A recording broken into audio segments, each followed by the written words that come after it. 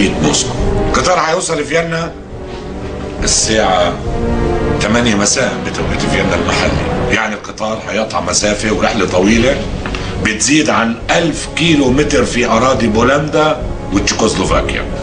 طيب هتنفذوا عمليتكم فين؟ قبل دخول القطار لفيينا مباشرة. والمجموعة اللي هتنفذ العملية هتركب منين؟ كل واحد هيركب لحاله من وارسو، اوبول، باينم في بولندا، سترافا براها براتسلافيا في تشيكوسلوفاكيا. طيب تفاصيل الخطة؟ القطار قبل ما يعبر أراضي فيينا بيعبر في سلسلة جبال ضخمة جدا وبيمشي في نفق تحت الجبال. احنا خطتنا انه نوقف القطار داخل هذا النفق. احنا قدرنا نحصل على ترددات الشبكة اللاسلكية اللي بيتم السيطرة فيها على كافة القطارات اللي داخلة لفيينا. طبعا احنا هنبعت اشارة خداعية لسائق القطار بانه في حادثة وقعت على الخط. سائق القطار هيضطر انه يوقف قطاره في النقطة هذه، وطبقا لسرعة القطار ومسافته من سلسلة الجبال هذه اكيد انه هيتوقف داخل النفق حسب الخطة. طيب لو سائق القطار حب يأكد الإشارة من فيينا؟ يا أخ سيد احنا عاملين حساباتنا لكل شيء. احنا هنعمل مجموعة إعاقة على كافة الترددات عشان نقطع الاتصالات الخارجية والاتصالات الداخلية. عظيم أخ أبو زياد، ربنا معك. قول لي يا أخ سيد، جماعتك هيركبوا من وين؟ بناء على خطتك المجموعة بتاعتنا هتاخد القطار من براتسلافيا على بعد 100 كيلومتر شمال فيينا. القطار بيوصل لها الساعة 6:15 مساء بالظبط. بالتوفيق يا أخ سيد. على بركة الله. نقرا الفاتحة.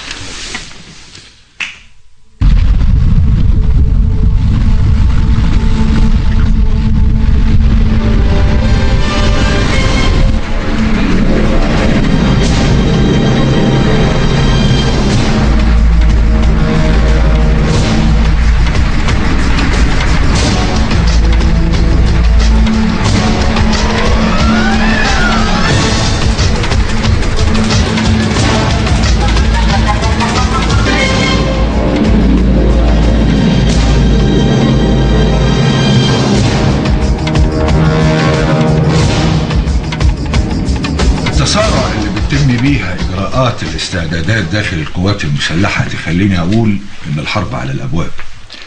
إمتى ما حدش يعرف، لكن ربنا عرفوه بالعقل.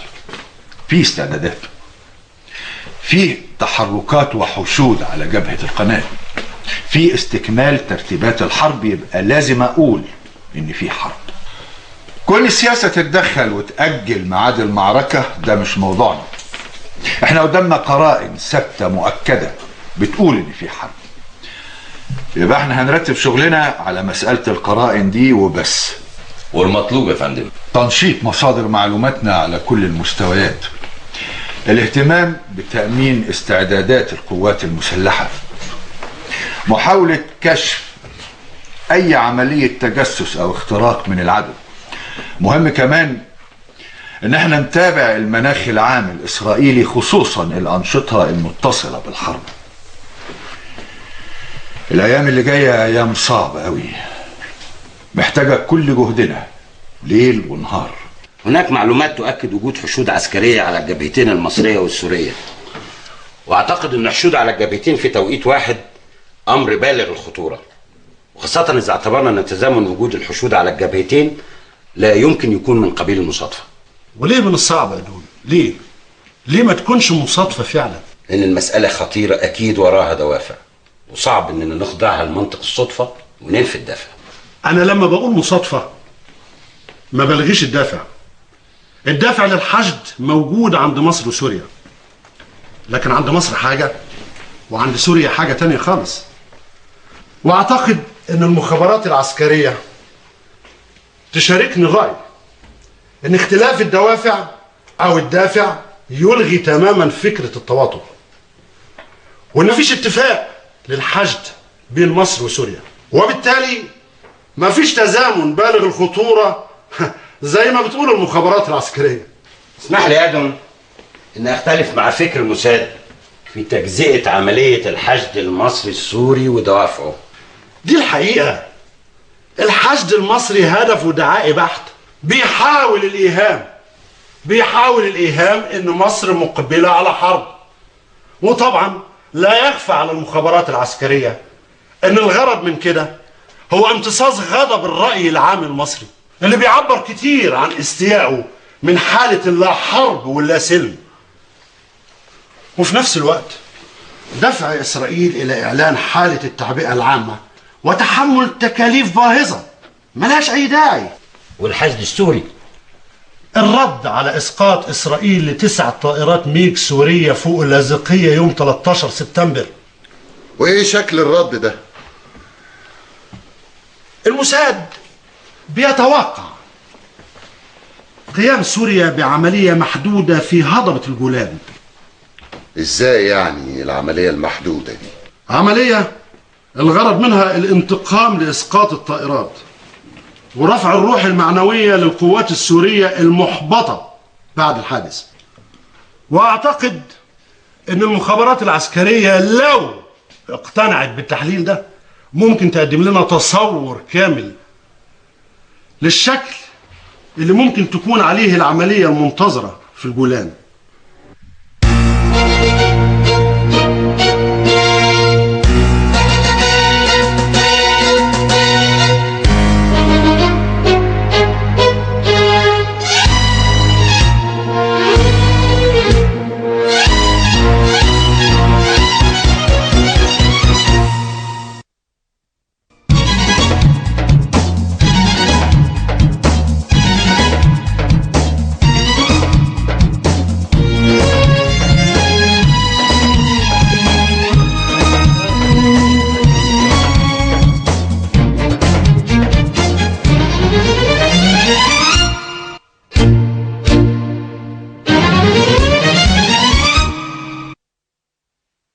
روم سيرفيس، من فضلك 2 شاي كومبلي بسرعة. ها؟ هون ما في روم سيرفيس خيي، هون توفيق جدعان. ولك تكرم خيي تكرم.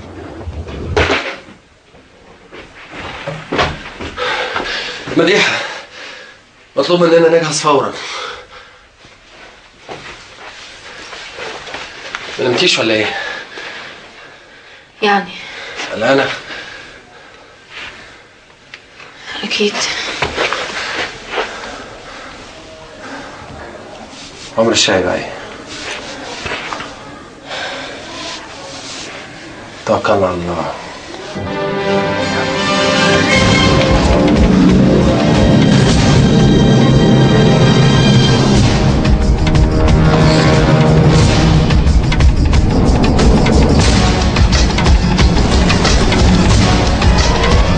بلغت حسين ان محدش في الاوتيل يحس بخروج مصطفى ومديحه؟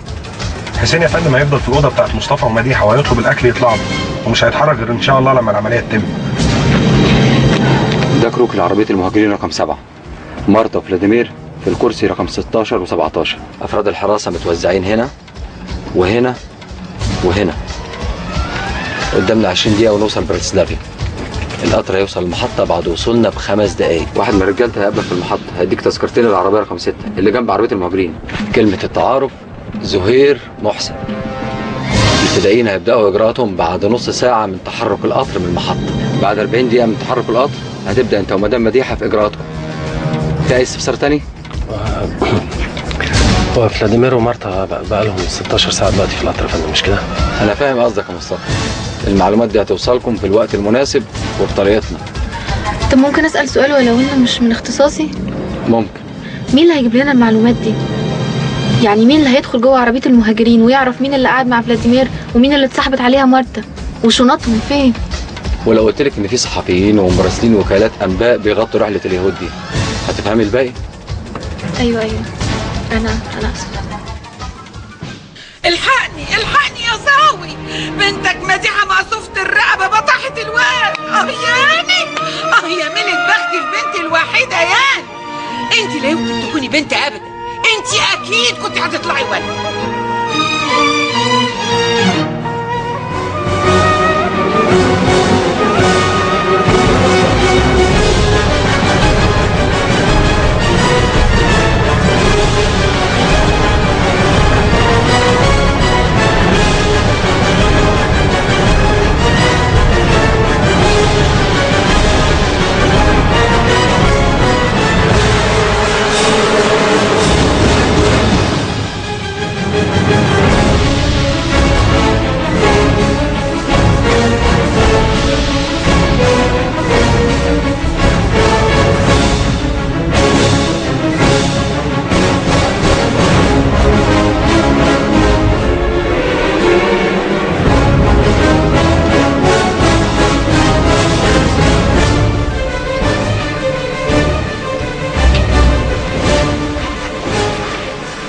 شفتيهم؟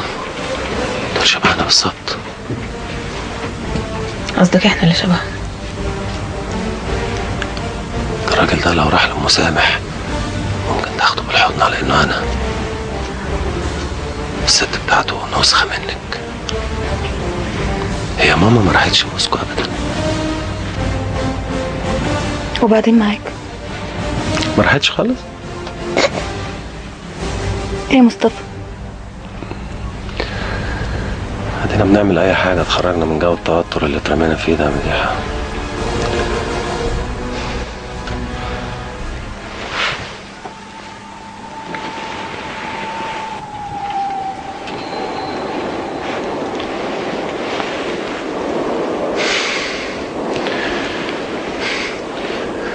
الراجل اللي في اخر العربية ناحية اليمين شكله مش مريحني. شفته ده من ساعة ما ركبنا وهو ما نزلش عينه من على عربية المهاجرين.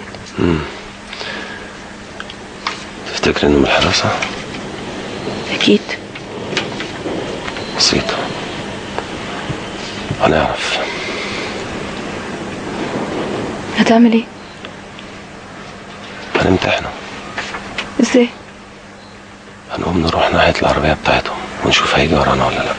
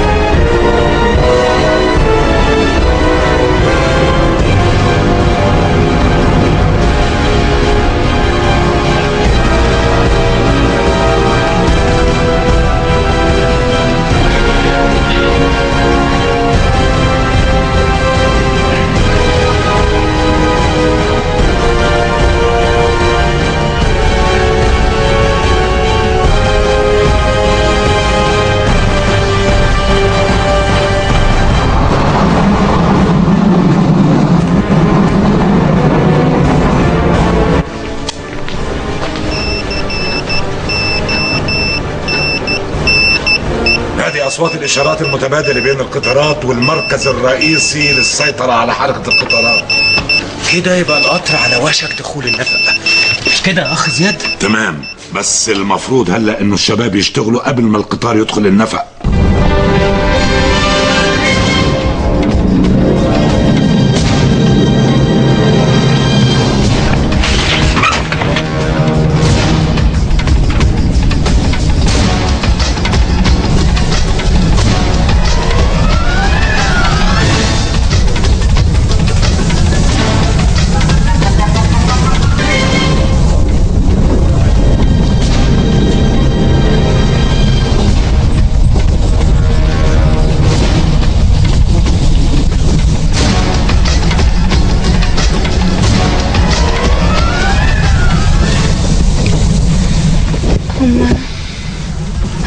على حد غير اللي قاعدين جنبهم بس. واضح انهم مش عشقيين. كمان هيبعتوا لنا كده هناك عن طريق رجالتهم.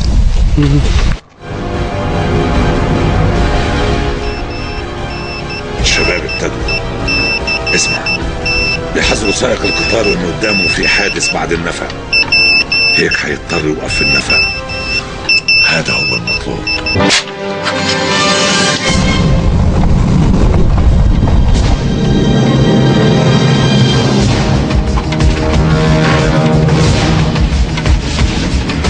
إشارة من السواق بتاع القطر بعت يستفسر فيها من المحطة الرئيسية عن الإشارة اللي وصلت له. لو وصلوا رد هتكون مشكلة كبيرة علينا. يبقى لازم الشباب يوصلوا جهات الإعاقة حالا قبل ما يوصلوا الرد. بسرعة يا شباب، بسرعة، اعملوا همة، اتحركوا. برافو، عظيم يا شباب، عظيم. جهاز الإعاقة اتحرك، اشتغل. مبروك علينا، مبروك. يبقى السواق مفيش قدامه حل تاني غير انه يوقف القطر، مفيش قدامه حل تاني. الحمد لله، ربنا معانا.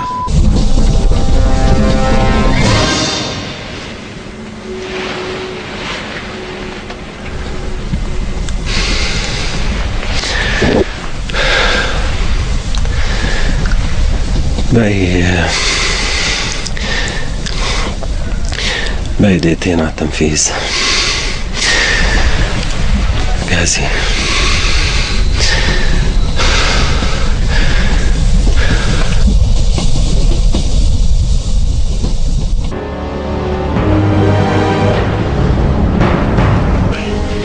بتوقيت موسكو القطار هيوصل لفيينا الساعة 8 مساء بتوقيت فيينا المحلي. يعني القطار هيقطع مسافة ورحلة طويلة بتزيد عن 1000 كيلو متر في أراضي بولندا وتشيكوسلوفاكيا. طيب هتنفذوا عمليتكم فين؟ قبل دخول القطار لفيينا مباشرة. والمجموعة اللي هتنفذ العملية هتركب منين؟ كل واحد هيركب لحاله من وارسو، أوبول، باينم في بولندا، سترافا براها براتسلافيا في تشيكوسلوفاكيا. طيب تفاصيل الخطة؟ القطار قبل ما يعبر أراضي فيينا بيعبر في سلسلة جبال ضخمة جدا وبيمشي في نفق تحت الجبال. احنا خطتنا انه نوقف القطار داخل هذا النفق. احنا قدرنا نحصل على ترددات الشبكة اللاسلكية اللي بيتم السيطرة فيها على كافة القطارات اللي داخل لفيينا. طبعا احنا هنبعت اشارة خداعية لسائق القطار بانه في حادثة وقعت على الخط. سائق القطار هيضطر انه يوقف قطاره في النقطة هذه، وطبقا لسرعة القطار ومسافته من سلسلة الجبال هذه اكيد انه هيتوقف داخل النفق حسب الخطة. طيب لو سائق القطار حب يأكد الإشارة من فيينا؟ يا أخ سيد احنا عاملين حساباتنا لكل شيء. احنا هنعمل مجموعة إعاقة على كافة الترددات عشان نقطع الاتصالات الخارجية والاتصالات الداخلية. عظيم أخ أبو زياد، ربنا معك. قول لي يا أخ سيد، جماعتك هيركبوا من وين؟ بناء على خطتك المجموعة بتاعتنا هتاخد القطار من براتسلافيا على بعد 100 كيلو متر شمال فيينا. القطار بيوصل لها الساعة 6:15 مساء بالظبط. بالتوفيق يا أخ سيد. على بركة الله. نقرا الفاتحة.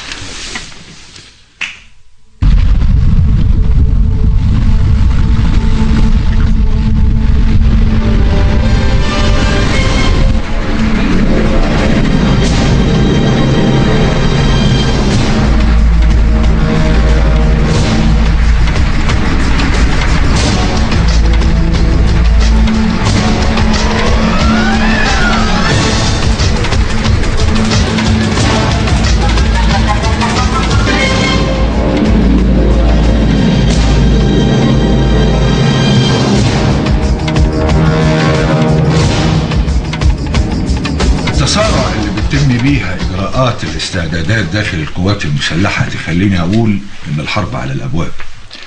امتى ما حدش يعرف، لكن ربنا عرفوه بالعقل. في استعدادات، في تحركات وحشود على جبهه القناه، في استكمال ترتيبات الحرب. يبقى لازم اقول ان في حرب. كل السياسه تتدخل وتاجل ميعاد المعركه ده مش موضوعنا.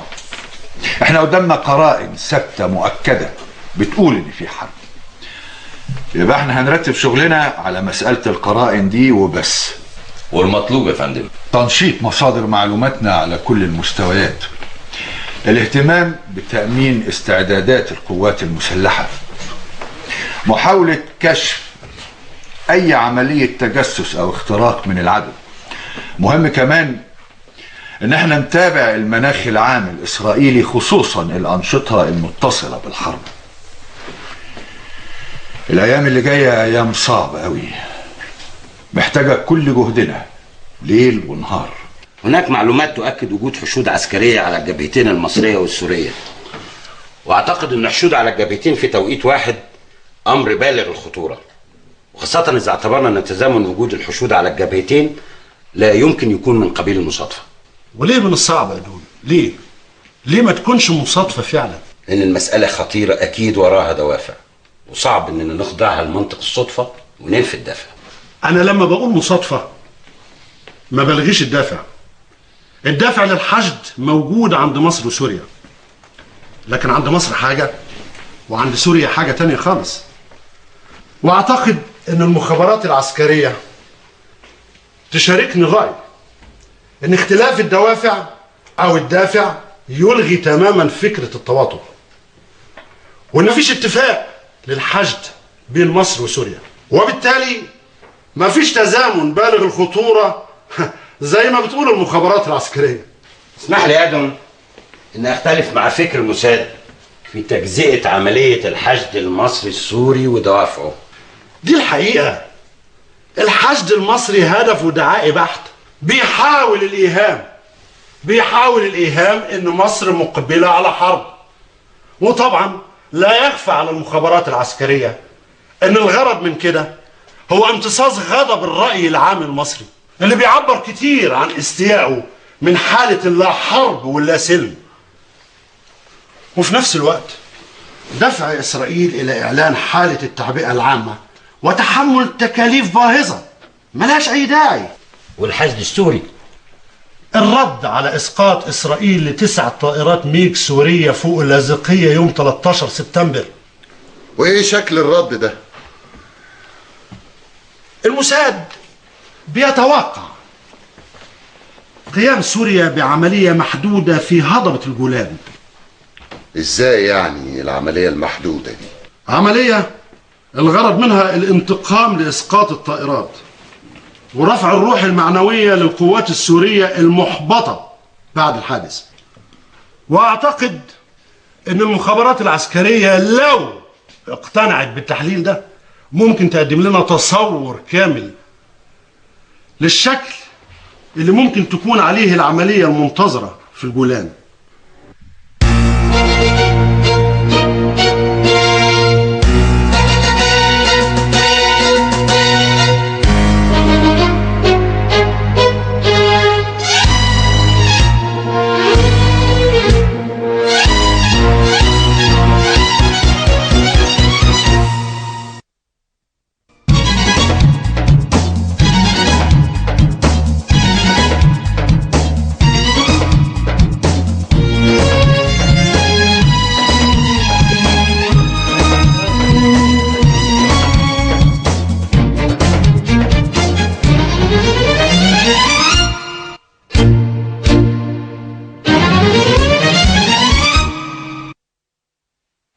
روم سيرفيس من فضلك 2 شاي كومبليه بسرعة. ها؟ هون ما في روم سيرفيس خيي، هون توفيق جدعان. ولك تكرم خيي تكرم.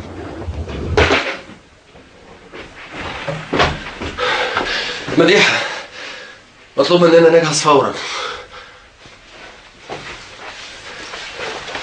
ما نمتيش ولا ايه؟ يعني قلقانة؟ أكيد. عمر الشاي بقى ايه؟ توكلنا على الله.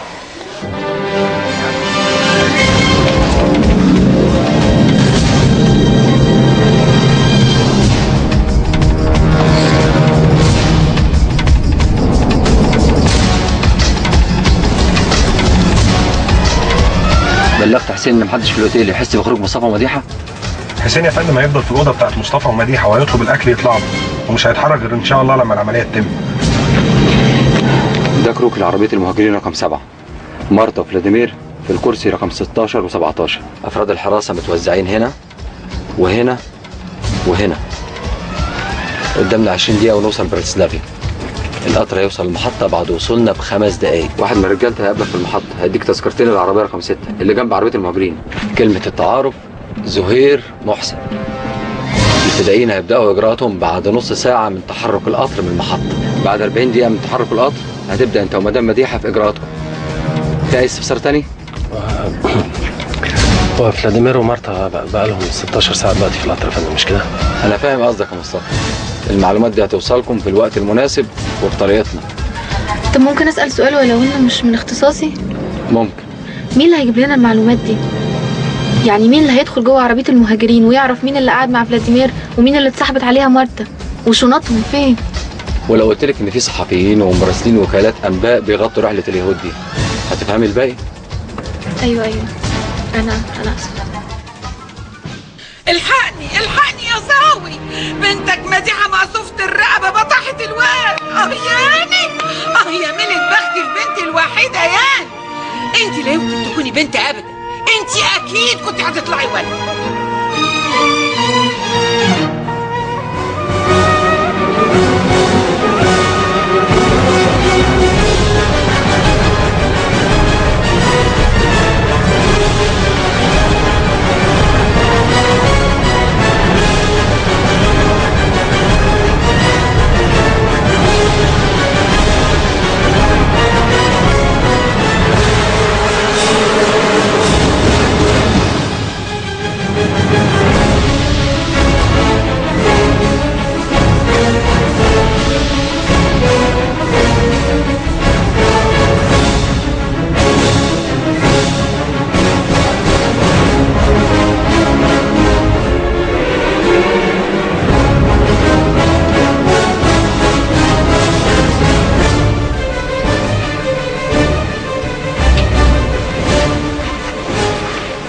شفتيهم؟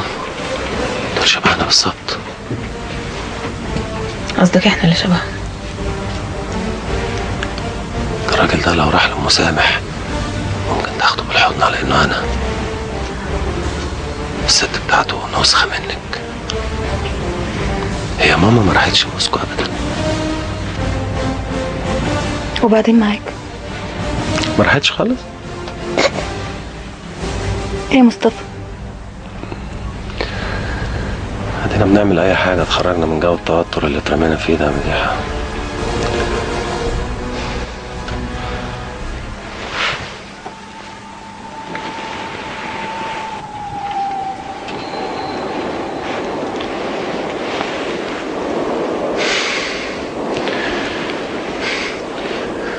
الراجل اللي في اخر العربية ناحية اليمين شكله مش مريحني.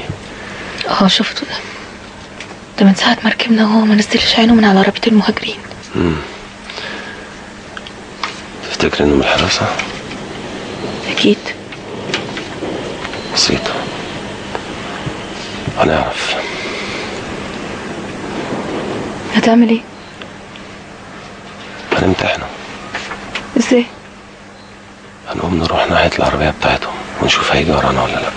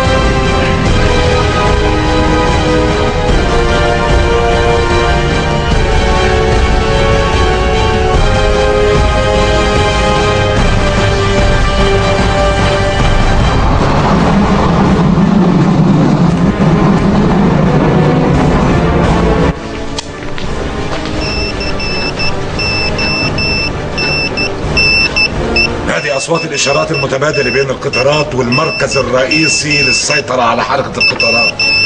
كده يبقى القطر على وشك دخول النفق. مش كده يا أخ زياد؟ تمام، بس المفروض هلا إنه الشباب يشتغلوا قبل ما القطار يدخل النفق.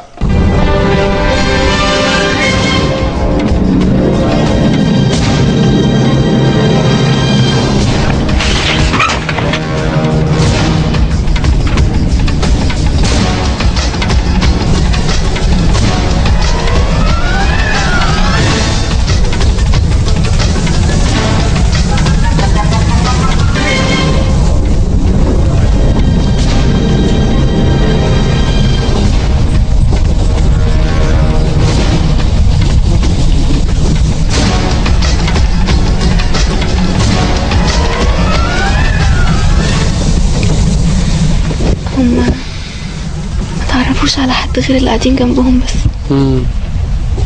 واضح انهم مش عشريين. تمام. هيبعتوا لنا كاس هناك عن طريق رجالتهم.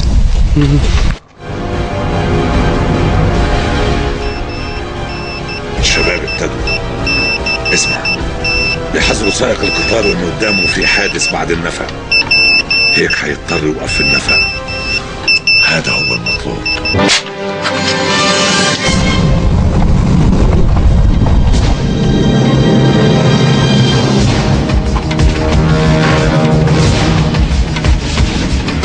إشارة من السواق بتاع القطر بعت يستفسر فيها من المحطة الرئيسية عن الإشارة اللي وصلت له. لو وصلوا الرد هتكون مشكلة كبيرة علينا. يبقى لازم الشباب يوصلوا جهاز الإعاقة حالا قبل ما يوصلوا الرد. بسرعة يا شباب، بسرعة، اعملوا همة، اتحركوا. برافو، عظيم يا شباب، عظيم. جهاز الإعاقة اتحرك، اشتغل. مبروك علينا، مبروك. يبقى السواق مفيش قدامه حل تاني غير انه يوقف القطر، مفيش قدامه حل تاني.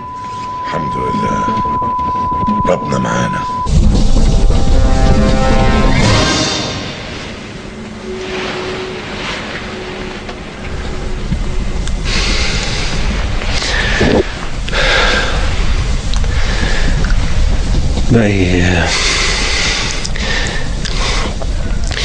باقي دقيقتين على التنفيذ. جاهزين؟